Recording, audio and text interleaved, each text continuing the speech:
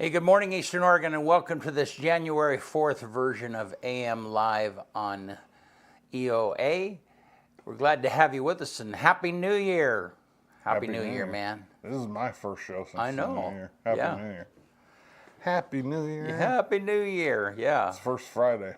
It's first Monday for me, too. Yeah. Oh, goodness. Yeah, these weeks have been weird. This is the last of 3 weeks that have been short, so it looks like. And then next just week strange, it's back to normal life in the grind. Yeah. It's crazy that it's already 2024. I know it. It really is. Where'd 2023 go? I know it. I forgot to turn my phone off. It seems like we were just sitting here talking about 2022 being gone. Yeah. And now all of a sudden 2023 is gone. Well, yeah, and we're busy. Yeah, I mean, these shows just click by super quick. Yeah, they definitely and it doesn't seem like, I mean, it's just crazy how fast it all goes by. The ball drop was good this year. There was a lot of people. The weather was nice. It was. A good turnout. There was. They talked about it last night at the city council meeting. Yeah, that they really kind of need some police presence. Yeah. I took a video of the afterwards, the fireworks that got shot off, that big firework display. Yeah. Just shoot a firework display off right in the middle of town, not even giving it a darn. You know, and it worked out okay. Nobody got hurt, but it's like it's just right on, on the cusp of the wrong people. Anarchy. Yeah, the wrong people involved. It just could have been a little weird. Yeah, why isn't there any police presence there? Well, They probably only got a couple guys on, right? Well, and it's already a pretty busy night for them. That's true. They're out looking for DUI. Yeah. But they probably didn't have I mean, if it's like history for the past 20 years or so, they probably didn't have many DUIs because of the Loveland. Yeah. Safe ride. I don't know. We'll have to get a report on how they did. And usually, the last couple of years, Jerry's messaged me within a week of the first to say, hey, we had 0 DUIs. Yeah. No, and somebody, Gabe mentioned the other day we should have Jerry on and talk about how it went, or maybe it was Bennett, I don't know. But appreciate Loveland Safe Ride and what they do. Yeah, that's a pretty cool program. Yeah. And it's not just that. I mean, Kevin is super invested in the community. Yep. I mean, and a lot of our business, Rock and Sons are the same way. I mean, Northwest Furniture and Mattress. Yeah. I mean, if you looked at the amount of money that they give in local support every year, it would probably be staggering. Definitely, for sure. Yeah. Like with Loveland, like you pretty much have to be invested in your community in that job, right? I mean, thankfully he's the right person for to be doing. Well, I mean, I've not known many funeral home owners that were quite as outspoken. Yeah. Usually they're like normally they're a little bit more part of the woodwork. Weird. Yeah. I mean, they are undertakers. Right? It's funny. There's a movie that has Jack Black in it, and he is an undertaker. Huh. Yeah, and it is so, and he's like the happy undertaker. Yeah, that's funny. And it is. It's a good movie. And when I watched it, I told Kevin, I was like, "You got to watch that." So on the post about that I made about Loveland being out on New Year's, somebody said, "Oh, it's ironic that the funeral home is the one that's doing this," and I didn't comment, but I'll say it now. it's because it's not because he's the funeral home. He has a personal tie. His best friend died drinking and driving. Right. So it's like there's a personal tie. It has nothing to do with the funeral home. Yeah. I mean, it's his heart saying, what can I do in remembrance of my buddy, and what can I do to let people know that they shouldn't be drinking and driving, and this is what I can do. Yeah. Yep. Pretty awesome. Pretty awesome. Yeah. Well, you want to do sports? Let's do it. All right.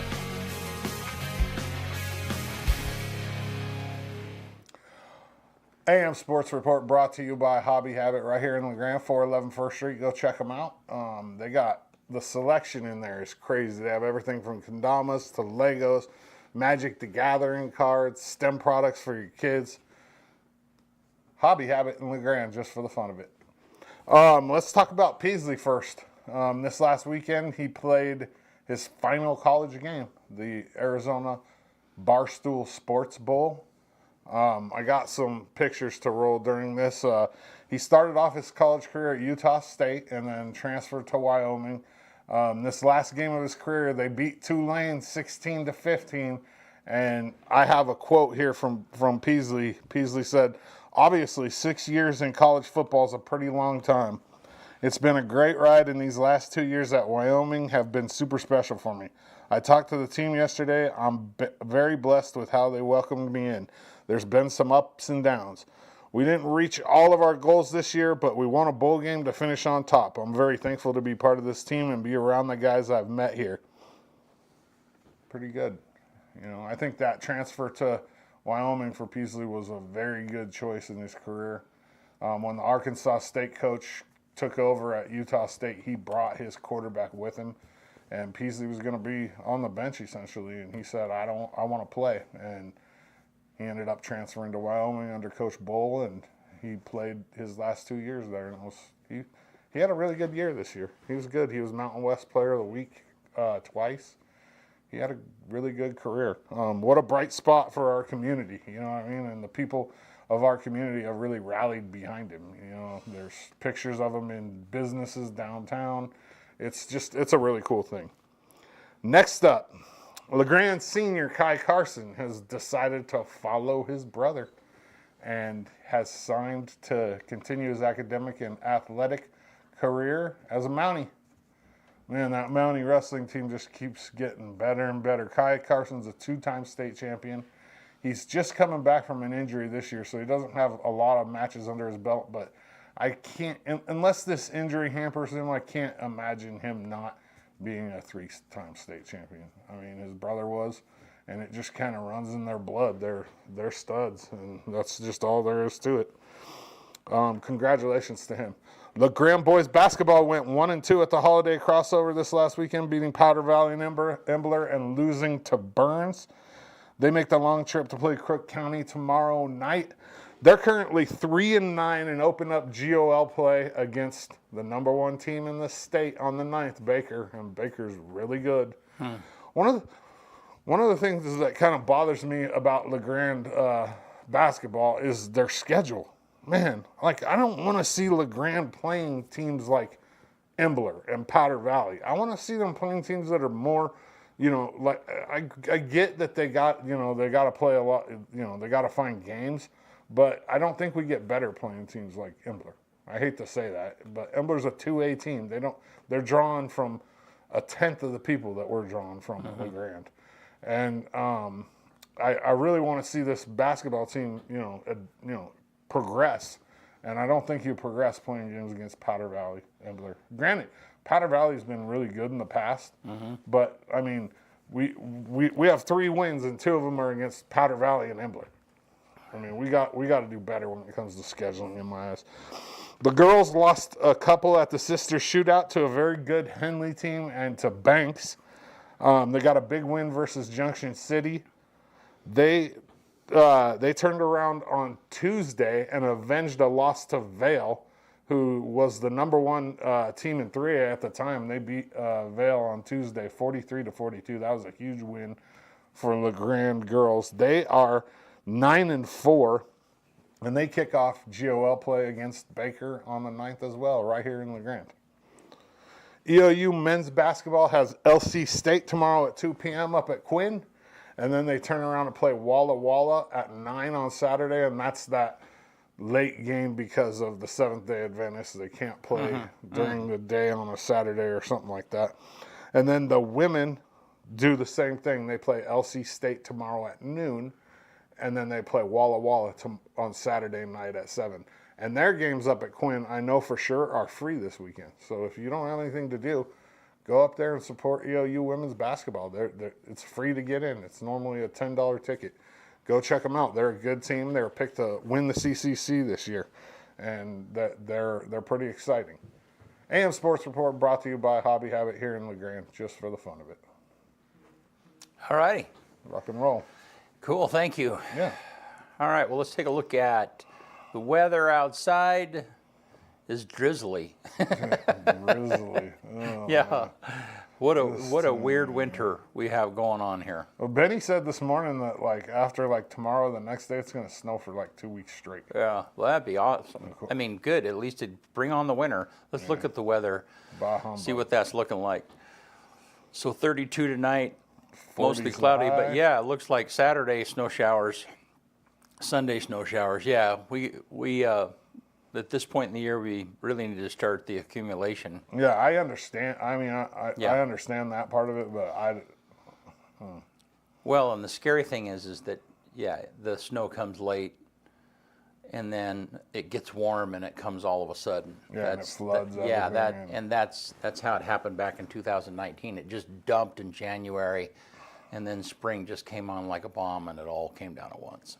And when it comes late, it pushes back spring sports too. That's really annoying. That EOU especially, they don't play home games until March or April. Yeah. And everybody else is that's on turf and that's on the not getting snow essentially is playing in early March or late February.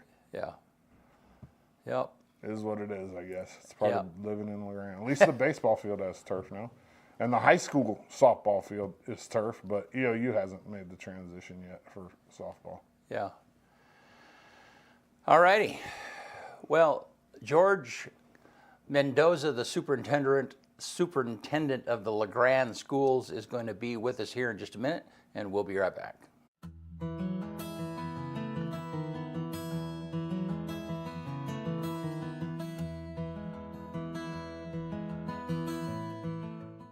Eastern Oregon is full of interesting people, with interesting minds and interesting things to say. Here at EO Live, we're committed to connecting you to these intriguing people with EO Talks. We let our special guests share their ideas and life experiences with deep, open, engaging, and inquisitive conversations. You'll also be informed in depth on some of the most recent and relevant events, issues, and more. EO Talks on EO Live, your connection to Eastern Oregon, now on Roku.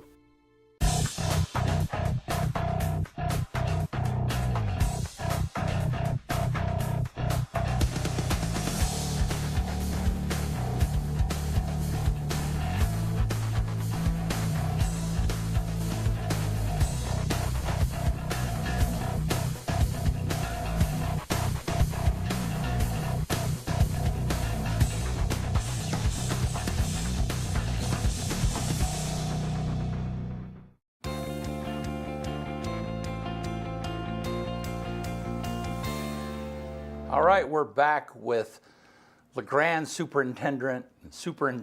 I missed this. You don't like that word. Superintendent. I still can't get Super it. chicken tender? George Mendoza. Hey, how are you, man? Sometimes I have trouble spelling superintendent.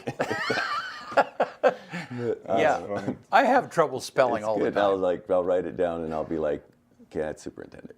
Yeah. Anyway, good morning. Yeah. I'm going to do that as a segment on the show one of these days. Hard words for BC to say. We're going to start off with ombudsman. That's a really hard one to say. Ombudsman? Yeah. Well, you got it. I don't even know what that word means, though. Ombudsman is like a advocate type. An ombudsman makes sure that people are following rules. So, the organization and others. Yeah, since we're here, then, so the other word I like, avoid, is differentiate. I did get that. This is differentiate. This is like, yeah. Where did you grow up? In Wyoming. Yeah. I don't know. Yeah, I was differentiated at the bottom. That's the deal. Yeah. Some places have like grammar and syntax, and they'll just say twang things that take place, and then that might be why.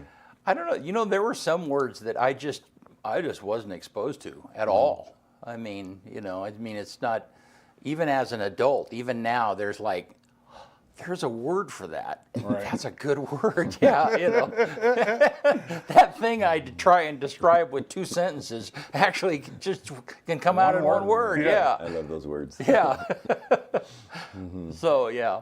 But, well, hey, glad you're here with us. Happy New Year. Yeah, Happy New Year.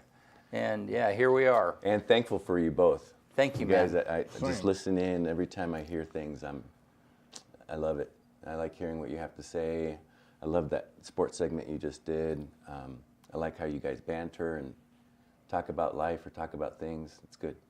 Yeah, it's funny. Sometimes we don't plan at all what it is that might come up, but then there are sometimes we'll spark a thing, and man, the conversation. I mean, we'll have a guest. We were talking the other day about football, and I won't bring it back up because But anyhow, we were talking about football, and I mean, we were probably our poor guest was over there for 20 minutes. It's like, okay, we got to get them on, yeah. So yeah, it just every once in a while. So what's up in George's world? Let's start there. It's nice. We just got back from our own winter break too, and so hopefully lots of families went on vacation or spent time with each other at least. Got to break bread and have some presents and love on each other, and I know I got to do some of that too. So I traveled, and I was gone for about 2 weeks and got to come back and and then back to work. So I'm excited about that. We got good information when we came back. Scott Carpenter gave me an update on attendance through the year, and we're about 7% higher as a district than we were last year at this time in terms of attendance. We're above 90%, about 90.5% attendance rate for regular daily attendance, and last year we were around 83%. And so he gave us data on Greenwood's at about 91%, and they were about 80% last year, and Island City's around 95%, and they were about 90% last year. And so basically data for all the schools, and we've been doing a lot for an attendance campaign. And so when you get data, when you start back, and you're like, oh, the activities, the strategies, the the media campaigns, right? All the things that we're trying to do to promote regular attendance is showing, I'll just say showing up, and so it's nice. Yeah, it's a good start. That's awesome. Yeah. Well, and I mean, I've noticed it. I mean, the school has those electronic billboards now, and as I drive by them, I see that emphasis. I mean, sometimes just bringing attention, just increasing an awareness about a particular problem. It's like, oh, that does matter. You know? So and that's been our goal, is to raise awareness and promote, regular attendance, and then to share a lot of concepts and skills that happen because of that. If we attend regularly, we learn more. If people don't show up, then it's harder for everybody to teach lessons or units, and it holds everybody back. Yeah. And then the work habit, just showing up in life, the grind. Yeah. I love that. Yeah. That's really life is a journey, or life is a marathon, or life is a grind. It's one of those, you have happy moments, but there's a lot of peaks and valleys, and getting comfortable with things just going this way. Yeah. Because they don't just go this way all the time. There's a lot of that, and just moving forward. And so I love those kinds of concepts. Yeah, and it doesn't have to be a real steep mountain up. It can be just as long as it's not that. I mean, you're doing something right. Yeah, I love that. That stuff right there is how I think. So. Yeah. I would imagine when you come back after being on vacation for a bit, I mean, being a superintendent is like a lot of occupations where you're never really away from it. It's very much like a business owner. Yeah. Well, there's emails, messages, problems or situations, or bus this or travel this for a sport, and a problem with a boiler not working, not in when the winter time. There's just all these things that happen even when school's not in session. Right. Yeah, for sure. Yeah. But when you're on vacation, are you able to disconnect a little bit? Yeah, people that kind of help. No, because they're on vacation too. I mean, we want to.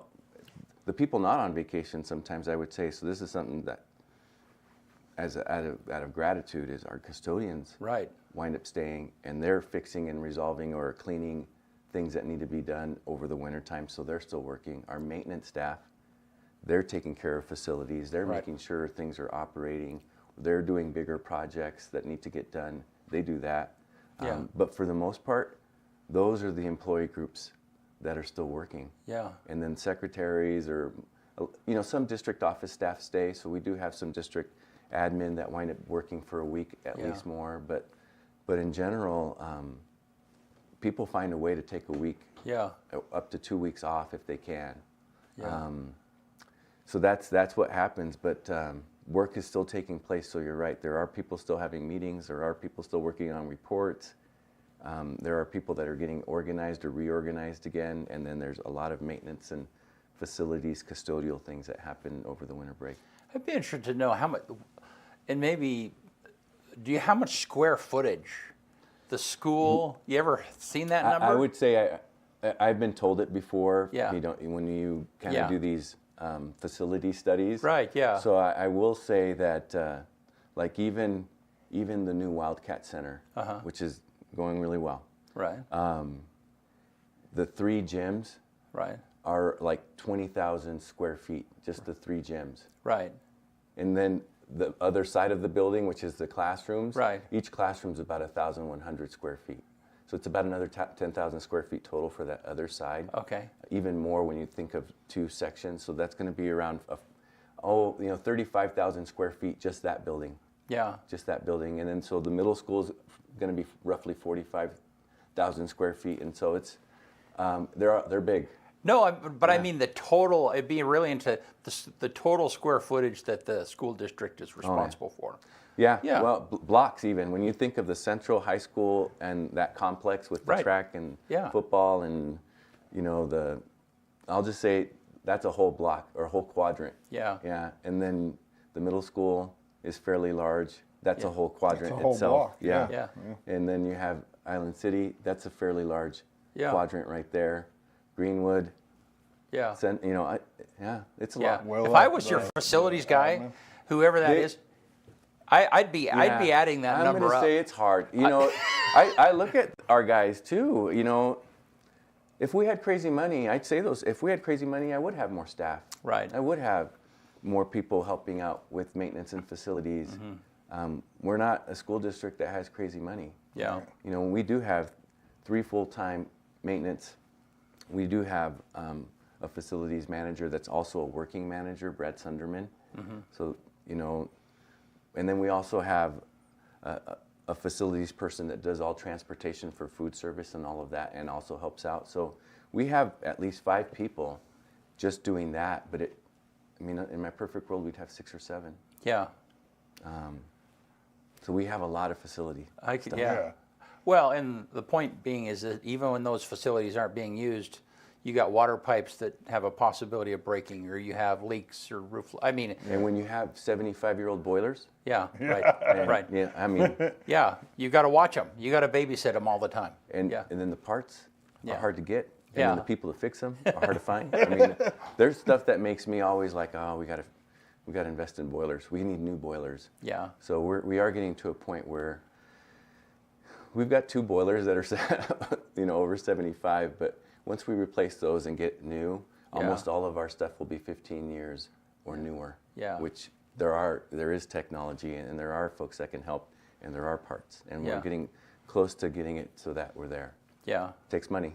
Yeah. Yeah. But it's like whack-a-mole. You're constantly dealing with, and we talk about this in our, it's a microcosm of what it is that you're dealing with. But, dealing with not letting the urgent overwhelm the important, and that balance all the time. Oh, yeah. You always have to have immediate, and then moderate, and then long term. Yeah. And almost everything that you're doing, and you're trying to make your immediate solutions in alignment to moderate needs that need to be addressed, and long-term vision and plans to support the overall goal or the overall facility or the overall direction. Yeah. So it's just kind of, for me, there's almost always this kind of like now, and how does that support, I'll just say a 2-year, 3-year issue, and then how does that lead to complete, And all of that is just facilities, buildings, equipment, all of that is just to do, the main job is to instruct, Always. to teach, Yeah. to enhance, to Yeah. build. Yeah. Yeah. Quality of life. Yeah. For kids first, Yeah. then staff, Right. and then families and community, but kids first. Yeah. Well, so the steel, I see the steel going up. Oh, yeah. Yeah. Oh, I love that. Yeah. The steel. They're on track. To finish that, they're the on steel track of with the Wildcat Center. Yeah, they're on track with the Wildcat Center. They call it the skeleton as well. So the skeleton is almost complete. They did leave a final section, I guess, so that the cranes can move about and through. Because in about 2 weeks, I was told they'll be done with all of the framing. And so all of the skeleton is done, and then they'll start putting on the sides, the siding, that metal siding. So then it'll start to enclose. And I've been told that it's a beautiful thing once that siding starts to go up, because that'll probably take another 2 or 3 weeks after that. And then it'll be enclosed, and then they start to do all the inside work. Yeah. So it's been impressive. They also finished up the greenhouse. That greenhouse is huge. It's beautiful. It's a significant upgrade to what we have. Just even yesterday, I was there when they commissioned the HVAC to make sure that it was in working order. So over the break, that got wrapped up. The electricity got turned on so that they had power and lighting. Now, where's the greenhouse at?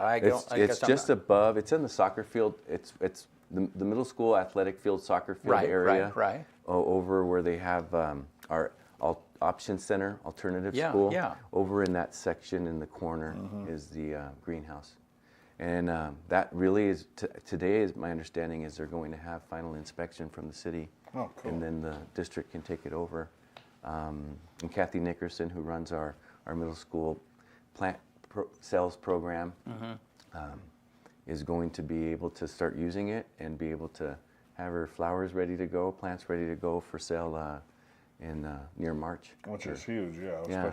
Well, with that building though, so the skeleton, I'll bet you right now they're wishing they started about 2 weeks earlier.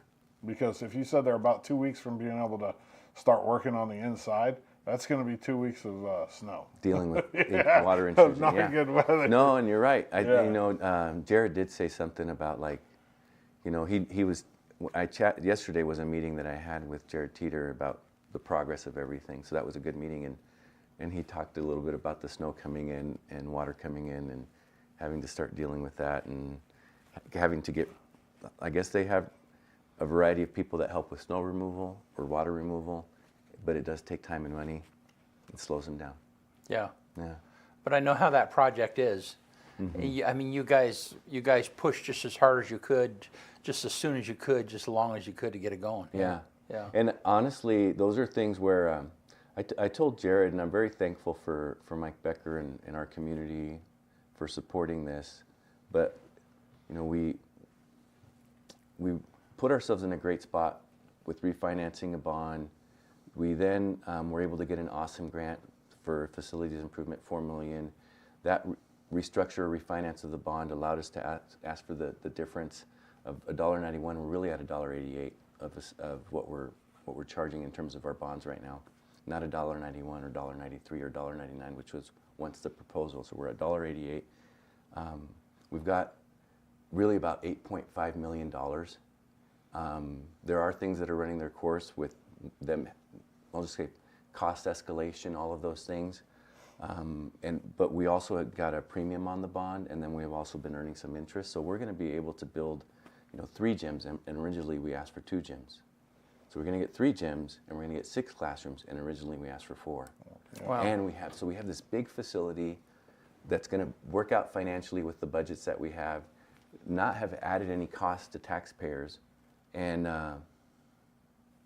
where else does that happen? Where else can we do these kinds of things? Yeah. So let me drill this down and make it a little more plain, because it's a really good point. Okay. So for the original bond that you asked for from the in 2014, 2014, okay, which was a big gulp for people locally. Okay. But nothing has changed at all in their obligation. Same years. Yeah. Nothing has changed, but because of the saving, because of refinancing, because of the awesome grant, you are able to add, what, a $10 million? It's probably going to, there's still, the prices are still happening and all of that, but it's going to be above $9 million. Right, sure. yeah, so nothing's changed for the public, and they get $9 more million worth of facilities. Yeah. Am I saying that correct? Yeah, and if anything, instead of $1.09, it's $1.88. Right. It's less. $1.88 per thousand on people's property tax. Right. Yeah. So it's been nice. And then we've done, because of all of that, definitely we've gone after a lot of facilities grants. So we've gone after a lot of seismic grants to put on roofs and then seismically reinforce our facilities. So we did that for Greenwood. We did that for the auditorium. We did that for the gymnasium.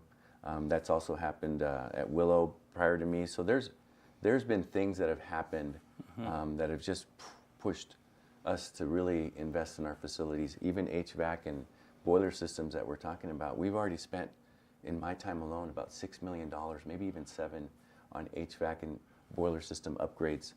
And we still have about $2 million left, I'd say, to do. But then now we're up to date with boiler systems and HVAC. I think this is totally off topic, but it's related, and that is that I think that what I see sometimes is people are just resentful. They're angry in some manner or not. If they're generally mad, if they didn't want the bond to pass, if they felt like schools are getting enough money, whatever, you've heard that, all of that. Okay, and the bond came through anyhow, then saving them money or making better value out of that isn't going to make them any happier, because they're still resentful from the past. And that, I'm running for county commissioner, and I'm finding that, there are people that are just angry, and they're resentful, and adjusting their thinking is really difficult. When somebody's mad or hurt, and it doesn't mean that they didn't have they weren't, they don't, that their feelings doesn't matter, and that, but still, it's really hard to be a thinking, open-minded person when you're resentful or when you're hurt. I would agree with you. I think it's okay to feel sad or angry or hurt or even resentful for a little bit, but you got to move on. We can't stay there very long, because in general that doesn't fix the problem, or that doesn't solve a lot of things. And if you've got problems with facilities, if you've got problems with HVAC, and if you've got problems with boilers, option one is to raise the resources, or option two is to get loans, or option three is to figure out what you can do to create the opportunity for things to improve, whether it's grants and aid. Like you still got a boiler problem, or you still got an HVAC problem, or you still got a facilities problem, and that's not going away, even if you're sad or resentful or hurt. Right. Like, you still got to apply resource and strategy and figure it out. Right. And the reality is working with people, finding pots of resources, doing different things to create what you need to create. Like, that's probably time well spent, or energy well spent. And I just kind of came to that epiphany, and that was probably 5 years ago. I just can only try to understand the past, accept what is here now, and try to move forward for the future. Right. I can't live here very long, because that doesn't solve my problems. I got to accept that this is now, and this is what we have right now with the life, or the context and the situation and all the variables. And then I got to make a plan to see how things can improve. And that's where I can spend my time. One of the things that people don't, and I don't think people look at it like this, but I was thinking about this the other day. Like, when you really break it down, if you have kids, right?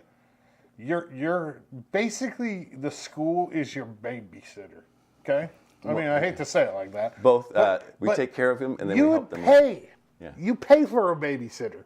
You should have no problem paying taxes for a school. That's to me, like, we get such a good deal. We get certified, trained people with our kids, and for a very, very small fraction of what it would cost to have them at a babysitter. Yeah. And they become future lawyers and future doctors and future builders. They're being educated as well. Yeah, absolutely. And it helps the economy, and it creates a productive society, and it creates citizens that hopefully give back the same way. Yeah. So here's a question. I mean, I love what you just said about the past and just understanding it, but moving on. And here's a super personal question. And we always have great discussions, but you are uniquely. I mean, you were born in Mexico.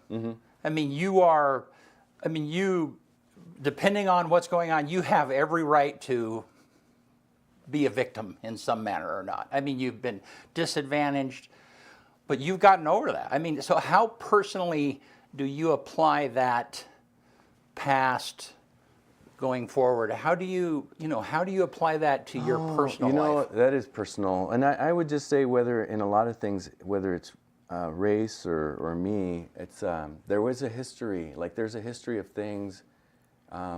There's stuff that's happened, but living there doesn't fix your problems.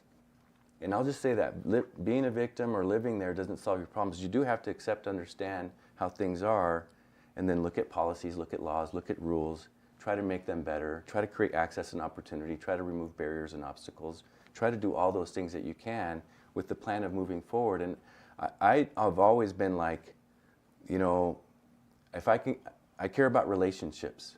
I care that you know me. Right. I care that I know you. Right. I care that we care about each other, and that there's some kind of interpersonal understanding of each other, and we care about our values. Yeah. And then let's work together for making good laws or rules or structures. And in my brain, a lot of times it's like the American dream, basically. I have been lucky enough that I came from very little, started out only speaking in Spanish, only dreaming and thinking in Spanish, until the point where now all I think about is things in English, and it's harder for me to speak in Spanish. But the reality is I understand all of that, and then I know that, well, being upset about stuff and thinking that the rules or the laws or things are set up wrong doesn't fix my problems. It's really getting along, understanding rules and laws, applying, influence with policy and influence with relationships to see how we can work to make things better, and then seeing how, what we can do, focusing on better for kids, or focusing on better for the community, or better for families. Like, it's really this mindset of like, we're meant to make this world better. I'm meant to make things better in LeGrand. Yeah. I don't care if it's sidewalks or facilities or learning math or learning reading or better at sports. Like, my purpose is to help us to reach our potential, and that's how I spend my energy and my thoughts. And having thoughts of condemning, critical thoughts of things don't solve my problems. Right. They just put you in a negative place. Right. They compound your Yeah. problems. So it's like, we got to be positive and kind and supportive and grateful. Right. And appreciate each other and work together, and that is what makes things happen. Right. No, thank you, and I hope that was okay. No, that's fine. Yeah. I don't know, that's fine. And I mean, it's not the same, but I grew up poor. I mean, we just grew up in very modest things, And so, I mean, I've been a very blessed person to be where I am right now. But there are times that I'm still resentful for being poor. I'm still mad. You know what I mean? I mean, I will take on that. Yeah. I will take on that us and them. I mean, me and and then I have to do a little bit of evaluation and go, what in the world are you thinking? Have you not taken inventory? I mean, do you ever feel that way? I mean, No, do you ever? Even today, as I'm reflecting, because I've got, I have at any given time 10 different problems going on in the school district, and a lot of them are human problems. Right. And there's a we them, and in my brain, you said us them, and I was thinking we them. People need to remember, like, it's we. Yeah. There is no them. Yeah. Them is bad in our organization. We is good in our organization. Together. Right. Working together, collaborating, supporting each other, looking at the mission or the vision or the goal, and then working towards that, and not about us. Yeah. And that kind of we thing is important. The them part for me gets in the way of success. It what tears things down. Yeah. And so we is good. You know, everything that you're thinking about too, like hurt, pain, resent. We all have things that trigger us, or we all have things like those adverse experiences that we've had to go through, and then they leave whatever trauma they leave. Yeah. And then we have habits that are good or habits that are bad because of that. Yeah. You know, and I have to always figure that out too. I mean, I have my own, like, I'll say this personally. My mom moved back to Mexico when I was in 4th grade, and that's where she stayed until I graduated from college. And my dad married 5 different women. So I have times where I think of abandonment, and then I think of like people weren't there for me. And then I hold on and want to control things more. Right. And so I think of my own little things of like, well, this happened to me, and this happened to me, and this has led this to happen here. And I have to always kind of be self-aware and then figure out how to let that stuff go and try to be better and to try not to control everything. Right. And, right. Yeah. And so, yeah, and I relate to that. You have to disconnect that old thing that is pulling you in a particular direction from this thing that is not relevant to what you're feeling at all. I mean, so you're responding to a particular situation in a way that it's because of what you've experienced in the past, you know. And I mean, it just Kyle and I were talking about this the other day. Is like, you know, my growing up poor, it's like I have this hole that I still want to fill as a kid. I mean, I still want a mini bike.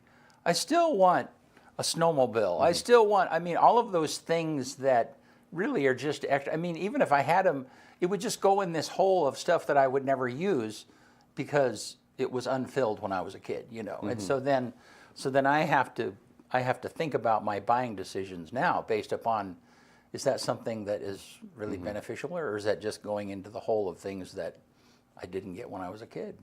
Anyhow, I hear you about the control thing too. Like, it's so hard to when you have abandonment issues. I have a similar background. I mean, my dad left when I was 4. I never saw him again. My real dad. My mom was a heroin addict till I was 9 years old, and so one of my things that I really have to work on is the same thing, like trying not to control my environment because it makes me feel safe.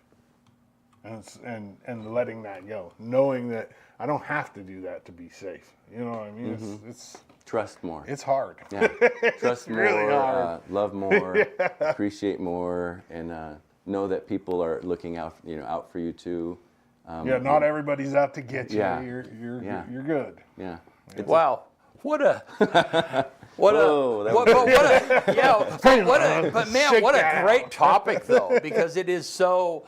I mean, it is so relevant because the fact is that every leader out there, every teacher, every person, they've got that same thing, you know, and you're connected to old issues, and it still is influencing and guiding the things that you're doing today, you know. So, all right, well, hey, let's go back to the greenhouse for a minute. Okay. So is the greenhouse being used by the junior high and high school, or what's the plan there? High school has its own greenhouse. Okay. So they have 2 smaller greenhouses, actually 3 smaller greenhouses that they use, and Ags would, but really FFA uses it quite a bit. Okay. So Future Farmers of America.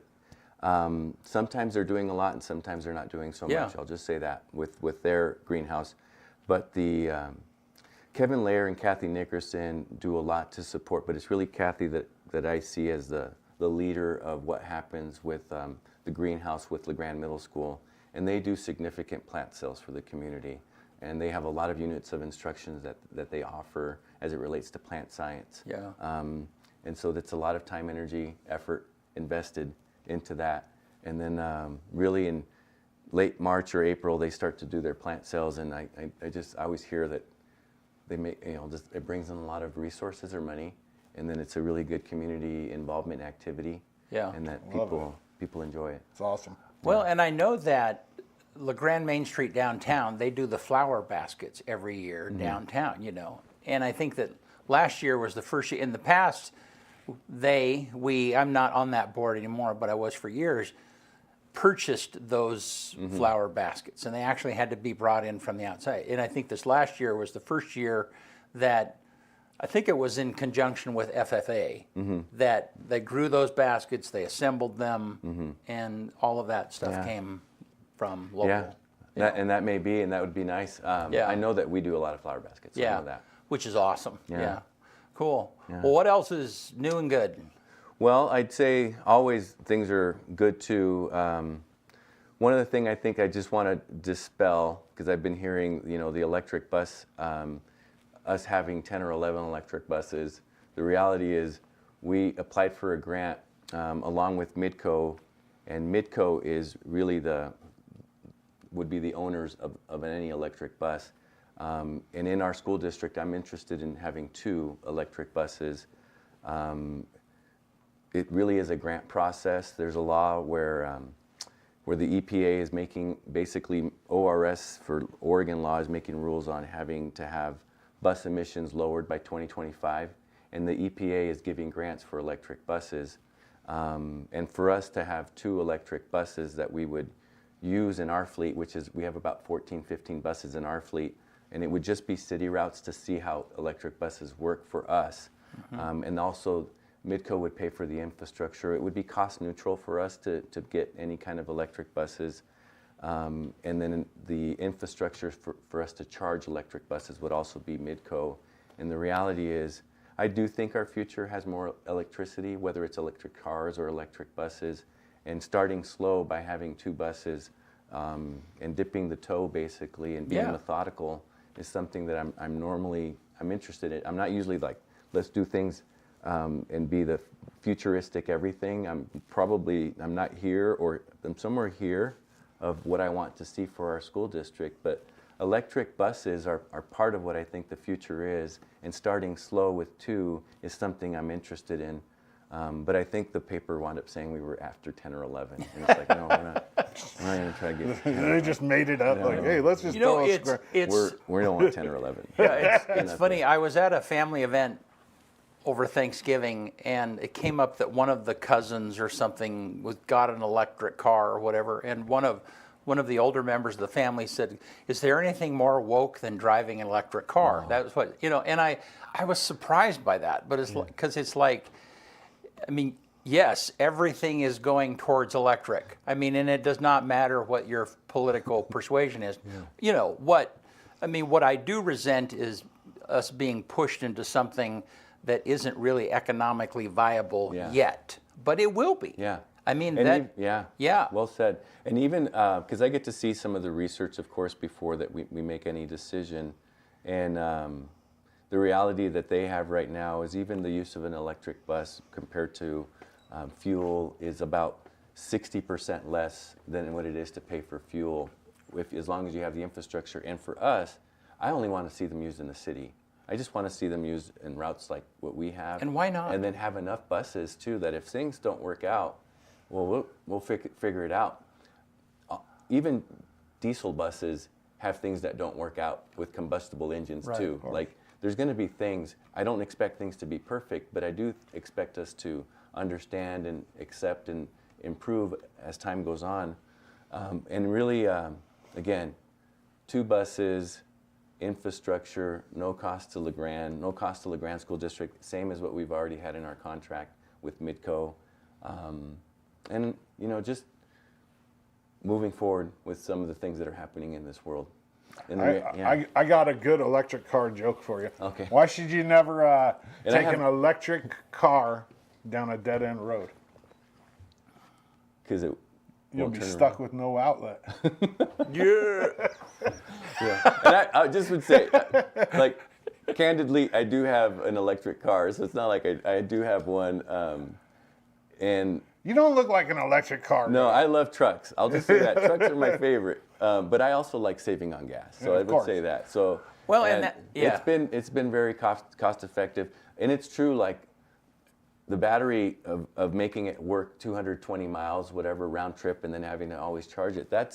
that's not fun. I mean, it's easy at home and around town. Right. But if you're going to Portland or you're going far away, you got to find a charger. You're going to find, and it's better just for me to take a car with a combustible engine or a hybrid and let's drive that. And I try to do those types of things. Right. But I also think, again, it's like I've owned hybrids myself since 2010. And it wasn't until last year where I finally decided, like, I've had hybrids for a long time, Camrys and Prius and Highlanders. Like, I'm comfortable wanting to see what an electric car can do. Yeah. And seeing how that works out for me. And then if I like it, I like it. And if I don't, I don't. Yeah. And it's really, that's almost how I think on a lot of things. I'm not like way over here a lot of times. I'm somewhere in here. Right. Probably pushing more towards progress because that's how I'm wired. But well, and it just makes sense in those kind of, I mean, I guess the point where it makes economical sense, that's when, I mean, you know, when electric cars are not heavily subsidized and they're paying for themselves and people are buying them for the purpose of saving money, you know, I mean, then it's coming. That is getting to that point, you know.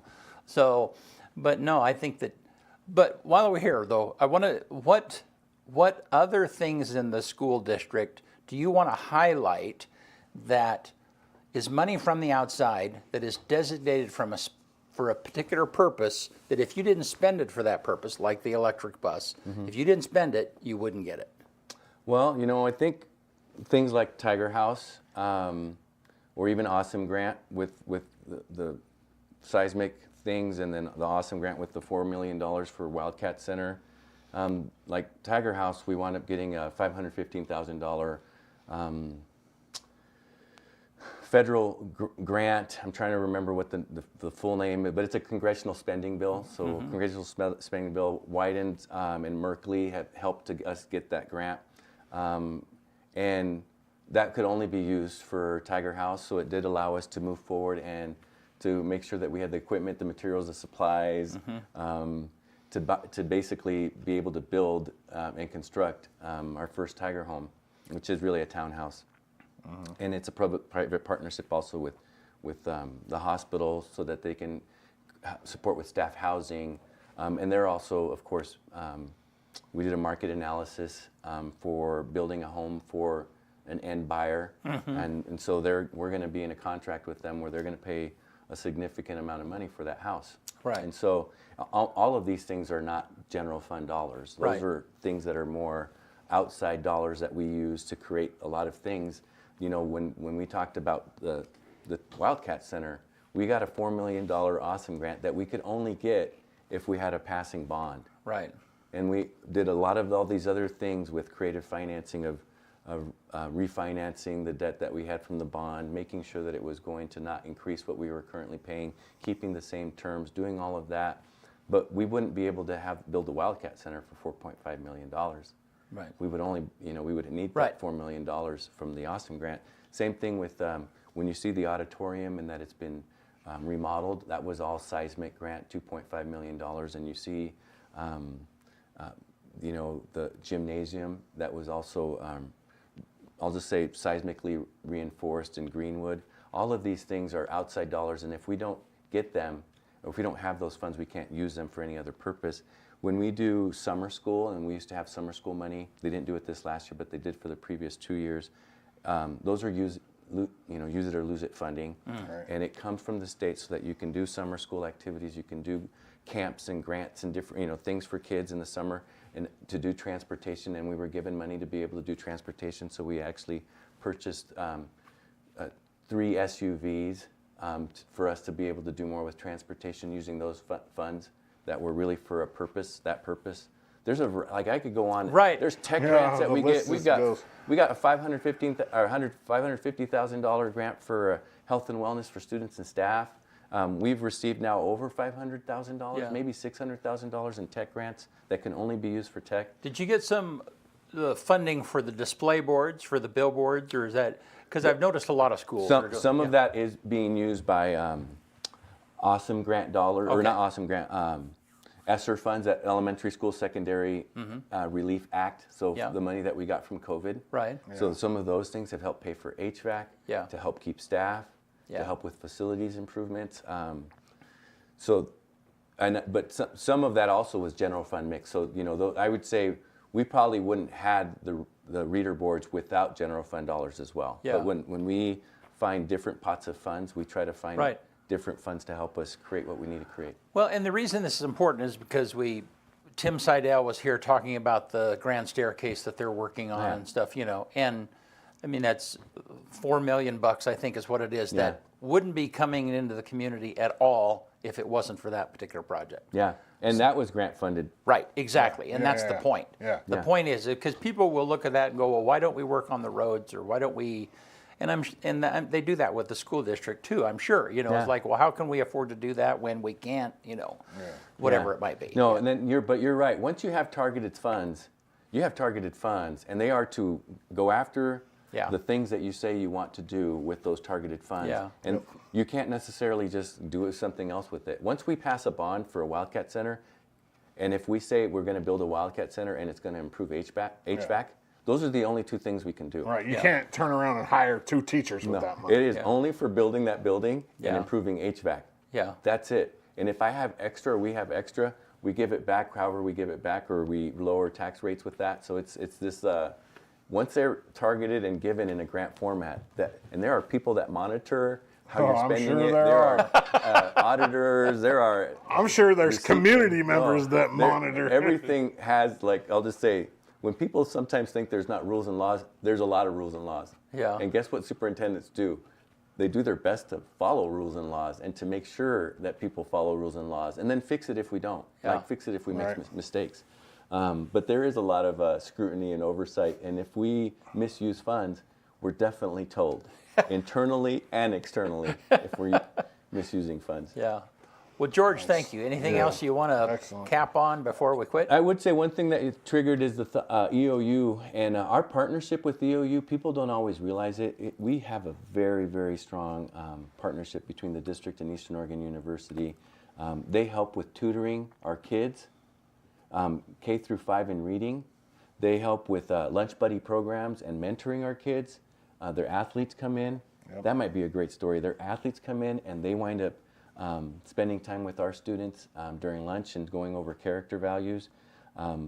They run an outdoor program with us and for us. We do a lot of collaboration with student teachers. I could go on. There's this hub right now that we're calling it EOU Hub at the high school, where they have part-time people, or not, they're working full-time, but they're part-time at our high school, making connections, meeting and greeting our students, helping them out with financial aid applications, scholarship applications, and applications into college, and them getting to know programs and services that EOU offers. And we have a lot of things going on where EOU has a significant footprint in the activities or the relationships or the learning that takes place in our school district. As it should be. Yeah. 100%. Well, good stuff. Hey, thank you for being on. Yeah. It's always a great conversation. Yeah. Yeah. Love it. And meaningful. So thank you. Want to get us out of here? Let's do it. On this day, which is January 4th, 1847, Samuel Colt sells the first revolver to the United States government. 1847, Samuel Colt.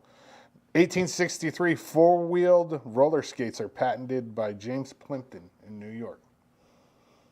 1959, USSR's Luna 1 becomes the first spacecraft to leave Earth's gravity. 2010, the Burj Khalifa, the world's tallest building at 2,722 feet, is officially opened in Dubai.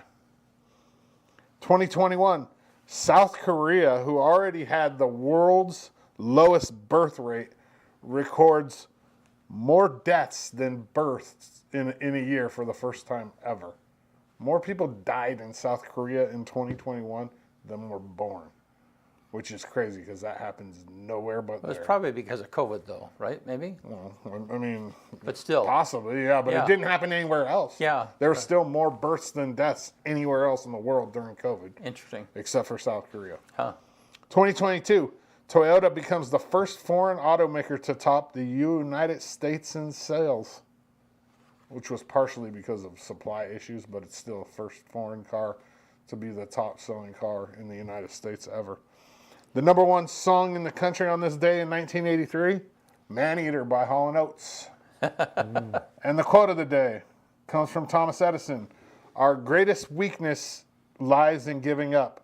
The most certain way to succeed is always to try just one more time. That's a pretty simple one. It's pretty cut and dry.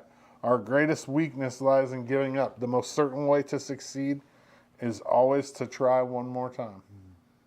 Good stuff. That's it. All right. Thank you, George. Thank you, appreciate you. Yeah, Thanks, appreciate Mendoza. it. Yeah, we'll see you all next Tuesday right here.